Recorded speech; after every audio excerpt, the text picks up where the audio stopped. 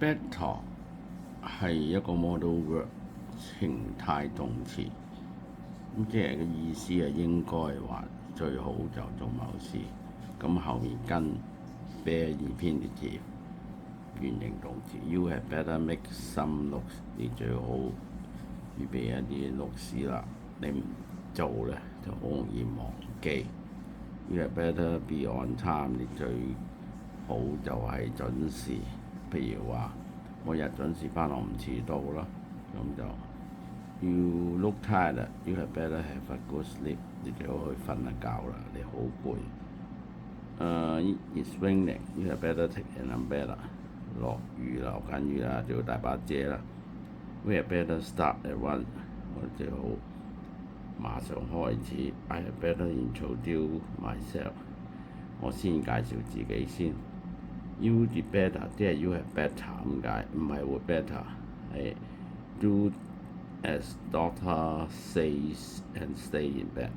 你最好跟住醫生講嘅嘢嚟做，同埋瞓喺床度休息 ，stay in bed。跟住 you did better keep your mouth shut about this。對呢件事你最好唔好出聲啦。You did better not to go near the edge， 就係唔好行去個邊緣都跌落懸崖咁解。跟住邊緣，跟住 You did better not overtake that car。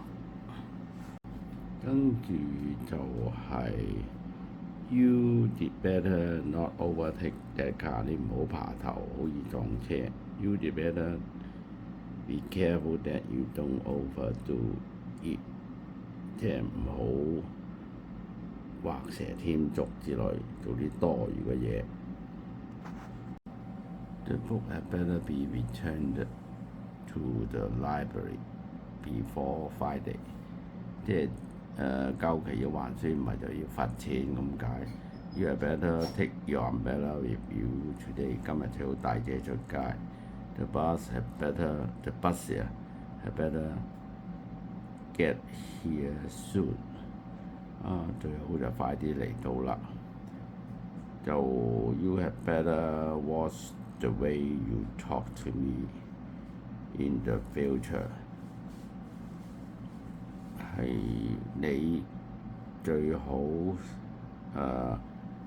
小心你嘅講嘅嘢，你真係做得到就好咁意思。They had better not be late， 最好唔好遲到。The movie had better end soon， 即係嫌佢悶，快快脆脆做完佢算啦咁啦。